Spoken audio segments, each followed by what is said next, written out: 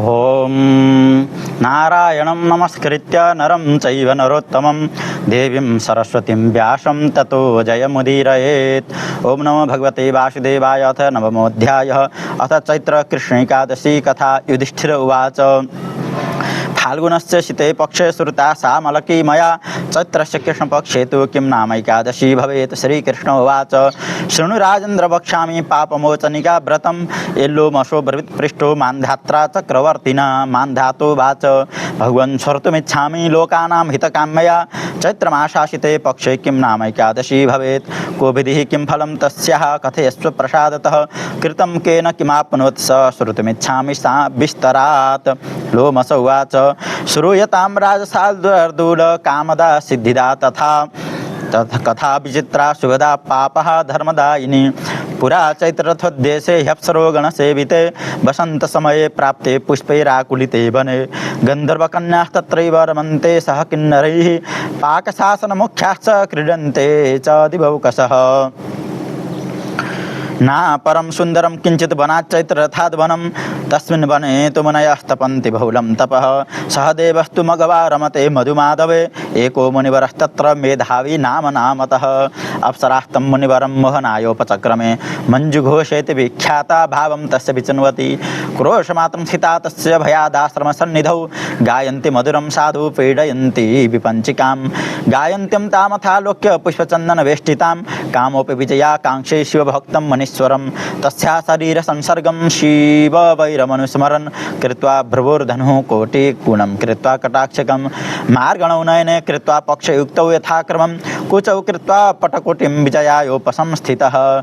मञ्जुघोषाभवत् तत्र कामस्यैव वरूथिनी मेधाविनं मुनिं दृष्ट्वा सापि कामेन पीडिता। यवनोद्भिन्नदेहोऽसौ मेधाव्यतिविराजिते शीतोपवीतसंभीतो दण्डी स्मरैवापरः। मेधावी वसति स्मासौ च्यवनस्याश्रमे शुभे मञ्जुघोषा स्थिता तत्र दृष्ट्वा तं मुनिपुङ्गवं मदनस्य वशं प्राप्ता मन्दं मन्दमगायत। रणदवलय संयुक्ता सिञ्जन्नुपुरमेखला गायन्तीं भावसंयुक्तां विलोक्य मुनिपुङ्गवः मदनेन ससैन्येन नीतो महवशं बलात्। मञ्जुघोषा समागम्य मुनिं दृष्ट्वा तथाविधम् हास्यभावकटाक्षैस्तु मोहयामास चाङ्गना। अधः संस्थाप्य वीणां सा सस्वजेतं मनीश्वरं वल्लीवाकुलिता वृक्षं वातवेगेन वेपिता। सोऽपि रेमितया सार्धं मेधावी मुनिपुङ्गवः तस्मिन्नेव वनोद्देशे दृष्ट्वा तद्देहमुत्तमं शिवतत्त्वं गतं तस्य कामतत्त्ववशं गतः। न निशां न दिनं सोऽपि रमन् जानाति कामुकः बहुलश्च यतः कालो मुनेराचारलोपकः। मञ्जुघोषा देवलोकमगमनायोपचक्रमे गच्छन्ति प्रतिवाचाथ रमन्तं मुनिपुङ्गवम् आदेशो दीयतां मह्यं स्वधाम गमनाय मे। मेधाव्युवाच अद्यैव त्वं समायात प्रदोषादौ वरानने यावत् प्रभातसन्ध्या सात् तावत् तिष्ठ ममान्तिके। इति श्रुत्वा मुनिर्वाक्यं भयभीता बहुवसा पुनर्वैरमयामाश तं मुनिं मुनिषत्तमं। मुनिः शापभयात् भीता बहुलान् परिवत्सरान् वर्षाणां पञ्चपञ्चाशन्नवमासान् दिनत्रयं। सारे मे मुनिना तेन निशार्दमिव चाभवत् सा च तं प्रतिवाचाथ तस्मिन् काले गते मुनिम्। आदेशो दीयतां ब्रह्मन् गन्तव्यं स्वगृहं मया बहुकालगतं ह्यत्र गन्तुमिच्छामि साम्प्रतं। मेधाव्युवाच प्रातः कालधुनैवास्ते श्रूयतां वचनं मम कुर्वे सन्ध्यामहं यावत् तावत् त्वं वै स्थिरा भव। इति वाक्यं मुनेः श्रुत्वा भयेन च समाकुला स्मृतं कृत्या तु सा किञ्चित् प्रतिवाच सुविस्मिता। अप्सरा उवाच कियत् प्रमाणी विप्रेन्द्र तव सन्ध्या गता न वा मयि प्रसादं कृत्वा तु गतः कालो विचार्यताम्। इति तस्या वचः श्रुत्वा विस्मयोत्फुल्ललोचनः स ध्यात्वा हृदि विप्रेन्द्रः प्रमाणमकरोत् तदा। समाश्च 57 गता मम तया सह नेत्राभ्यं विस्फुलिङ्गान् स मुञ्चमानोतिकोपनः। कालरूपं च तं दृष्ट्वा तपसः क्षयकारिणीं दुःखार्जितं मम तपोनीतं तदनयाचयं। सकम्पुष्टो मुनिस्तत्र प्रतिवाचाकुलेन्द्रियः सतां शशाप मेधापि त्वं पिशाची भवेति च। धिक्त्वां पापे दुराचारे कुलटे पातकप्रिये तस्य शापेन सा दग्धा विनयावनता स्थिता। उवाच वचनं सुब्रुः प्रसादं वाञ्छति मुनिं प्रसादं कुरु विप्रेन्द्र शापस्यानुग्रहं कुरु। शापादहं पीडितास्मि कथमुद्धरणं मम शतां संगो हि फलति वचोभिः सप्तमे पदे। त्वया सह मम ब्रह्मन् गतः सुबहवः समाः एतस्मात् कारणात् स्वामिन् प्रसादं कुरु सुव्रत। मुनिरुवाच शृण्वन् वचनं भद्रे शापानुग्रहकारणं किं करोमि त्वया पापे क्षयं नीतं महत्तपः चैत्रस्य कृष्णपक्षया भवत्येकादशी शुभा पापमोचनिका नाम सर्वपापक्षयङ्करी तस्या व्रतकृते शुभ्रूपिशाचत्वं प्रयास्यति इत्युक्त्वा तां समेधावी जगाम पितुराश्रमं तमागतं समालोक्य च वनः प्रत्युवाचः किमेतद्विहितं पुत्र त्वया पूर्णक्षयः कृतः मेधाव्युवाच पापं कृतं महत्तात रमिता चाप्सरा मया प्रायश्चित्तं बृहितात येन पापक्षयो भवेत् च वन उवाच चैत्रस्य चाशिते पक्षे नाम्ना वै पापमोचिनी यस्या व्रतकृते पुत्र पापराशिः क्षयं व्रजेत् इति श्रुत्वा पितृवाक्यं कृतं तेन व्रतोत्तमं गतं पापं क्षयं तस्य पूर्णयुक्तो बहुवसः साप्येव मञ्जुषा च कृत्वा तद्व्रतमुत्तमं पिशाचत्वविनिर्मुक्ता पापमोचनिका व्रतात् दिव्यरूपधरा सापे गता नाकम्बराप्सराः लोमसौवाच इत्थं भूतप्रभावं हि पापमोचनिका व्रतं पापमोचनिकां राजन् ये कुर्वन्ति च मानवाः तेषां पापं चेत् किञ्चित् सर्वं क्षेमा प्रजेत् पठनात् श्रवणात् राजन् गोसहस्रफलप्रदा ब्रह्मः भ्रूणः चैव सुरापगुरुतल्पगः व्रतस्य चास्य करणात् पापमुक्ता भवन्ति ते बहुपूर्णप्रदं हेतत् कारणात् व्रतमोत्तमं जय जय व्रतस्य चास्य करणात् पापमुक्ता भवन्ति ते बहुपूर्णप्रदं हेतत् करणात् व्रतमोत्तमं जय जय श्री भविष्योत्तरपुराणे श्रीकृष्णार्जुन संवादे चैत्रकृष्णे पापमोचनिका नाम एकादशी महात्म्यं समाप्तं। हरे नमः। श्रीकृष्ण गोविंद हरे मुरारे हे नाथ नारायण वासुदेव अनंत वैकुंठ मुकुंद कृष्ण गोविंद दामोदर माधवेति बोलिए श्री पापमोचनिका एकादशी महिमा की जय हो। ओम तमद्भुतं बालकमम्बुजेक्षणं चतुर्भुजं शङ्खगदायुधायुधं श्रीवत्सलक्ष्मं गलशोभिकौस्तुभं पीताम्बरं सान्द्रपयोदशौभगं महारवैदुर्यकिरीटकुण्डल द्विशालशतकुन्तलमण्डिताननं महारवैदुर्यकिरीटकुण्डल महारवैदुर्यकिरीटकुण्डल त्विषा परिशक्तसहस्रकुण्डलम् उद्दामकाञ्चङ्गतकङ्कणादिभिर्विरोचमानं वसुदेवैक्षत। अकारण करुणावरुणालय भक्तवांछा कल्पतरु सर्वेश्वर सर्वनियंता भगवान श्री हरि की परम अनुकंपा से आज हम लोग चैत्र मास कृष्ण पक्ष की एकादशी की महिमा श्रवण करने जा रहे हैं। किसी कारणवश आशौच में रहने के कारण हमने चैत्र कृष्ण पक्ष की जो एकादशी थी उस दिन हम महात्म्य सुना नहीं पाए, तो अभी एकादशी का जो क्रम है वह न टूटे इसलिए पुनः श्रवण करा रहे हैं। कृतेऽध्यायतो विष्णुं त्रेतायं यतो मखैः द्वापरे परिचर्यायां कलौ तद्हरिकीर्तनात्। भागवत में बताया गया है सत्य युग में भगवान का ध्यान किया जाता था, तपस्या की जाती थी। त्रेता में बड़े बड़े यज्ञों के द्वारा भगवान की पूजा की जाती थी और द्वापर युग में द्वापरे परिचर्यायाम यज्ञ करना अलग होता है और भगवान के श्री विग्रह की षोडशोपचार से पूजन करना अलग होता है। तो द्वापर युग में भगवान की षोडशोपचार, चतुष्षष्टि उपचार, 84 उपचार इत्यादि से पूजा की जाती थी। तो इनका जो फल प्राप्त होता था कलौ तद् हरि कीर्तनात्। कलयुग में केवल भगवान का नाम संकीर्तन करने से, भगवान के नाम लीला और धाम का चिंतन करने से, गुणगान करने से वह फल प्राप्त हो जाता है। तो कलियुग में सबसे सुगम और अत्यंत महत्वपूर्ण जो साधन है वह है भक्ति। बहुभक्ति कैसे की जाती है? तो भगवान की कथा सुने, भगवान की सेवा करें और भगवान का ही चिंतन करें। मनमना भव मद भक्तो मद्याजी माम नमस्कुरु मामे वैशेषयोक्तैव मात्मानं मत्परायणः। भगवान श्री कृष्ण गीता में कहते हैं मन मना भव, मन को मुझ में लगाओ। मद भक्त मेरा भजन करो, मद याजी मेरा यजन करो, माम नमस्कुरु मुझे नमस्कार करो। ये सब क्यों बताया भगवान ने? इतने साधन क्यों बताए? तो सबसे पहले भगवान ने बताया मन मना भव, मन को निरंतर मुझ में ही लगाओ। तो मन तो भग भी जाता है। तो भगवान का चिंतन करते करते संसार का चिंतन भी आ जाता है। तो क्या करें? तो कहा कि मद भक्त तो बोल करके, कथा श्रवण करके कैसे भी होता है, तो भगवान का भजन करें। सामने, भगवान के सामने बैठ करके भजन करें। मन नहीं लग रहा है तो भगवान सामने रहेंगे, अथवा हम कथा में बैठ करके कथा सुनेंगे तो मन बाहर जाएगा तो भी सामने आ जाएगा। तो उसमें भी मन नहीं लग रहा है, भगवान के सामने बैठे हैं, चिंतन कर रहे हैं, तो मन भग गया। तो कहते हैं मदया जी षोडशोपचार से मेरी पूजा करो। अब पूजा के सामग्री रहेंगे, पूजा करते जाएंगे तो मन तो अपने आप लग जाएगा। तो कहते हैं आगे इतना भी नहीं कर सकते हैं तो माम नमस्कुरु, नित्य निरंतर मेरा नमस्कार करते रहो, मुझे नमस्कार करो, भगवान कहते हैं। तो इस प्रकार करने से भगवान की प्राप्ति होती है। यही भक्ति का साधन है।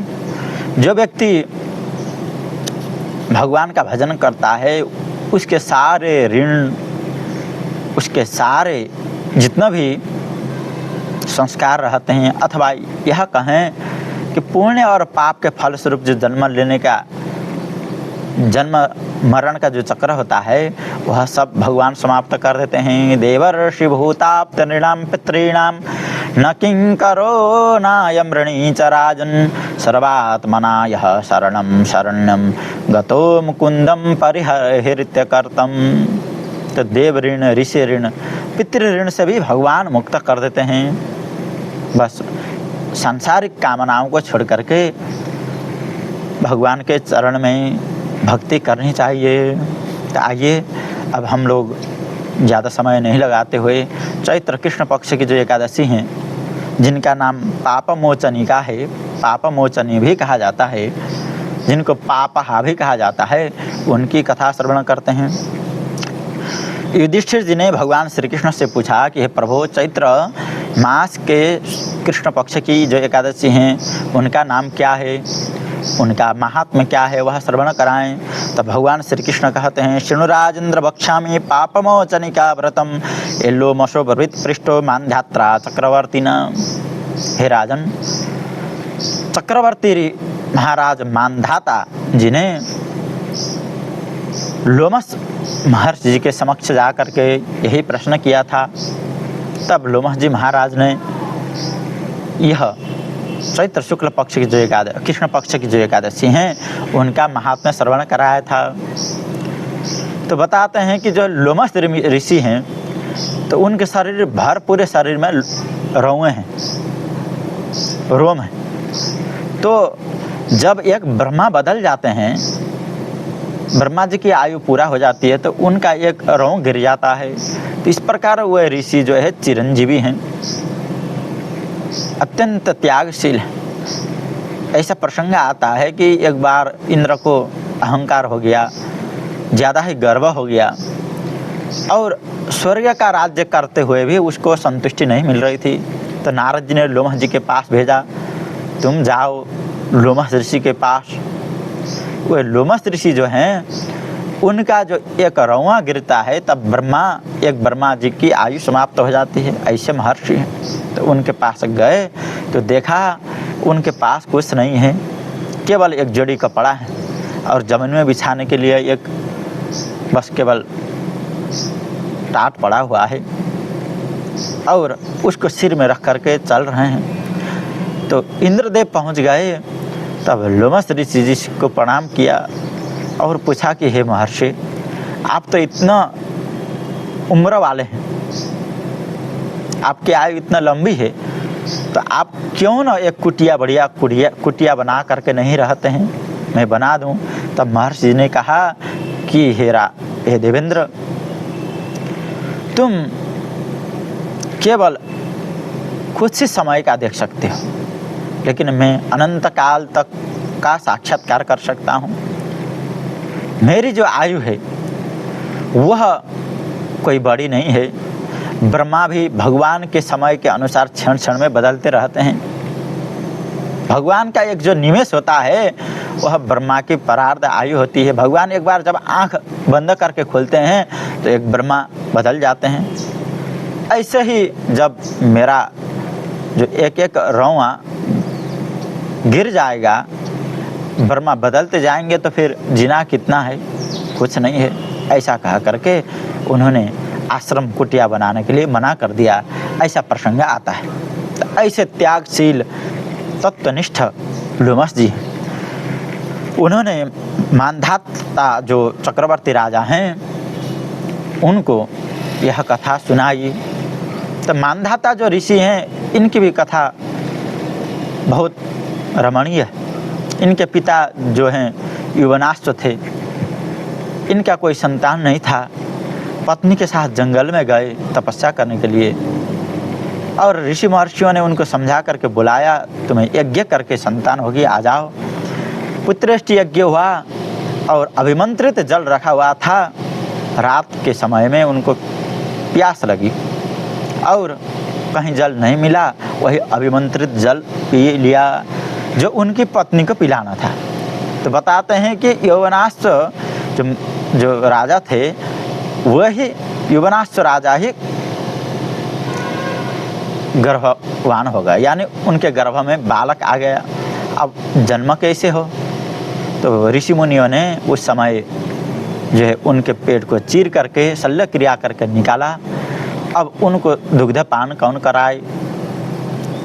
अब वह यौवनाश्व जो राजा हैं उनके पास तो कोई साधन है नहीं। तब वहाँ इंद्रदेव आ गए और कहा, माम धाता, मैं इसका पालन पोषण करूँगा। यह कह करके अपना जो अंगूठा है, तर्जनी अंगूठा है, उसको जो है मानधाता के उस बालक के मुंह में डाल दिया। यौवनाश्व के जो बेटा थे उनके मुंह में डाल दिया। वह अंगूठा जो है अमृतमय था। उससे इन जो यौवनाश्व के जो बेटे हैं उनका नाम मानधाता पड़ा। माम यानी मुझे, धाता यानी पिएगा, यानी इंद्रदेव ने कहा कि मैं इनका भरण पोषण करूँगा। यह मेरे अंगूठे से अमृत पान करके ये बड़ा हो जाएगा। तो ये मानधाता है। और ये पृथ्वी के चक्रवर्ती राजा रहे उस समय। उनके समान कोई भी दूसरा राजा नहीं था, एक छत्र राज्य था। उन्होंने लोमश जी से पूछा कि प्रभु चैत्र मास के कृष्ण पक्ष की जो एकादशी है उनकी महिमा बताएं। तब लोमश जी ने कहा कि चैत्र रथ नामक एक वन था, वहाँ पर देवगण भी आते थे, अप्सरा, गंधर्व, किन्नर सब लोग आते थे भ्रमण करने के लिए। और साथ में वहाँ ऋषिगण भी तपस्या करते थे। ना परम सुंदरम किंचित बना चैत्र रथात वनम तस्मिन् वने तो मुनयः तपन्ति बहुलम तपः। अनेक ऋषि तपस्या करते थे। तो उनमें से एक मेधावी नामक ऋषि भी तपस्या कर रहे थे, जिनके पिता का नाम च्यवन था। तो इस प्रकार मेधावी ऋषि तपस्या कर रहे थे। तो वहाँ पर एक अप्सरा आई, मंजू घोषा। इंद्रदेव ने उनको प्रेरणा किया था कि जाओ उनकी तपस्या में विघ्न करो। तो शिव का ध्यान कर रहे थे, लग रहा था कि वह साक्षात शिव स्वरूप है। तो वो जा करके अपने शरीर में अनेक प्रकार के इत्र, अत्तर, चंदन आदि लगा करके सुगंधित वातावरण बना करके एक वीणा बजाने लगी। और कामदेव भी सोचने लगे कि भगवान शंकर ने मुझे जलाया था, मैं उनके भक्त को तपस्या से रोक देता हूँ। यह सोच करके वहाँ कामदेव भी पहुँच गए। और इस प्रकार जब वीणा बजा रही थी और पैर में पायल बज रहे थे, यह सुन करके ऋषि का जो तप था वह भंग हो गया। बाहर देखे और वह मंजू घोषा नामक अप्सरा मेधावी ऋषि के समक्ष आ गई और दोनों एक ही साथ रहने लगे। और मेधावी नामक ऋषि इतना मुग्ध हो गए कि उनको समय का पता नहीं चला। 55 साल 9 महीने 3 दिन बीत गए। तो मंजू घोषा ने कहा कि मैं अब स्वर्ग जाना चाहती हूँ। तो ऋषि ने कहा कि अभी तो तुम सायंकाल को आई थी, अभी रात बीता नहीं है, प्रातः काल होते ही चले जाना, अभी रहो। तो अप्सरा डर गई, कहीं ऋषि को पता न चल जाए कि मेरी तपस्या भंग हुई है। तो उसने कुछ नहीं कहा और समय बीतता गया 57 साल हो गए। तो उन्होंने मंजू घोषा ने कहा कि हे महर्षि, अब मैं जाने चाहती हूँ। तब मेधावी जी ने कहा कि ठीक है, कोई बात नहीं, मुझे अभी तो प्रातः हुआ है, संध्या करने दो, संध्या करने के बाद जाना। तब मंजुघोषा ने कहा कि यत् प्रमाण विप्रेन्द्र तब संध्या गता नवा मयि प्रसादम कृत्वा तो गतः कालो विचारताम। मुझे कृपा करके यह बताएं कि आप ध्यान से देखिए कि आपके कितना संध्या बीत गए। मेरे आए हुए बहुत साल हो गए, बस मेरे ऊपर कृपा करने के लिए वह देखिए। तो ऋषि ने जैसे ध्यान लगा के देखा कि 57 साल बीत चुके हैं, तो उनको क्रोध आया और सोचे कि आहो, इतना दिन तक मैं समय को भी जान नहीं पाया, मेरा समय व्यर्थ चला गया। मनुष्य की आयु परमायुर वह शतम कहा गया है, 100 साल की आयु। इसने तो मेरे 57 साल ऐसे ही बर्बाद कर दिए। यानी आयु का जाना यानी काल आना, तो यह तो मेरे काल स्वरूप ही बन गई। यह सोच करके उन्होंने श्राप दिया कि तुम पिशाची हो जाओगी, पिशाची हो जाओ। तो वह पिशाची हो गई और ऋषि से प्रार्थना करने लगी कि हे महर्षि, शताम संगो ही फलती वचो भी सप्तमे पदे। सज्जन लोग जो है 7 पग चलने पर भी उसको अपना मित्र मान लेते हैं। मैं तो आपको आपके साथ 57 साल तक रही हूँ, मुझे कृपा करके बताएं, मेरा उद्धार का कोई उपाय बताएं। तब मेधावी जी ने कहा कि चैत्रस्य कृष्ण पक्षेया भवत एकादशी शुभा पापमोचनिका नाम सर्वपाप क्षयंकरी। हे अप्सरे, तुमको पश्चाताप हुआ है और गलती तो मेरी भी थी, और तुमने उपाय पूछा है तो मैं बताता हूँ। चैत्र मास के जो कृष्ण पक्ष की एकादशी हैं उसमें व्रत करो, उसके व्रत के प्रभाव से तुम्हारा पिशाचत्व समाप्त हो जाएगा। यह कह करके वे अपने पिता के आश्रम चले गए। च्यवन जी ने कहा कि हे बेटा, तुम इतना समय तक कहाँ चले गए थे? अपनी तपस्या को तुमने छोड़ा तो नहीं? तब च्यवन मेधावी जी ने कहा कि हे पिताजी, मेरे पास एक अप्सरा आई थी, उसने मेरा सारा समय बर्बाद कर दिया, मेरा तप भी भंग कर दिया। मेरे उद्धार का कोई उपाय बताएं जिससे मुझे यह पाप न लगे। तब च्यवन जी ने कहा कि चैत्र से चाशिते पक्षे नामना भई पापमोचनी यस्या व्रते कृते पुत्र पापराशि क्षयं व्रजेत। हे पुत्र, चैत्र पक्ष की जो कृष्ण पक्ष, चैत्र मास के कृष्ण पक्ष की जो पापमोचनी एकादशी है उसको करो, इससे तुम्हारा पाप समाप्त हो जाएगा। तो इसमें यह जानने की बात है कि जो मेधावी ऋषि हैं, इन्होंने अप्सरा को भी बताया था कि चैत्र पक्ष मास के कृष्ण पक्ष की जो एकादशी हैं उनके करने से तुम्हारे पाप नष्ट हो जाएंगे। तो मेधावी भी खुद कर लेते, तो अपने पिताजी को क्यों पूछा? तो शास्त्र का नियम है कि जन्मना ब्राह्मणों गुरु। ब्राह्मण जो होते हैं जन्म से ही सबके गुरु होते हैं, और बिना गुरु के कोई भी कार्य किया जाता है वह सफल नहीं होता है। तो गुरु में कौन कौन आते हैं? एक तो गुरु, मंत्र देने वाले गुरु हो गए, माता पिता गुरु हो गए, और जो ब्राह्मण होते हैं वह जन्म से ही गुरु होते हैं। तो हम कोई भी कार्य करें गुरु की आज्ञा लेकर के, ब्राह्मण की आज्ञा लेकर के। सबसे यहाँ जानने योग्य बात यह है कि ब्राह्मण ही गुरु हो सकता है। गुरु और ब्राह्मण में कोई अंतर नहीं है। ब्राह्मण कोई भी हो वह सबका गुरु है, और ब्राह्मण होकर के भी यदि शास्त्रज्ञ है, तत्वज्ञ है, तो उससे बड़ा और कौन हो सकता है? यानी जो जन्म से भी ब्राह्मण हो और शास्त्र आदि का ज्ञाता हो उसको गुरु बनाना चाहिए।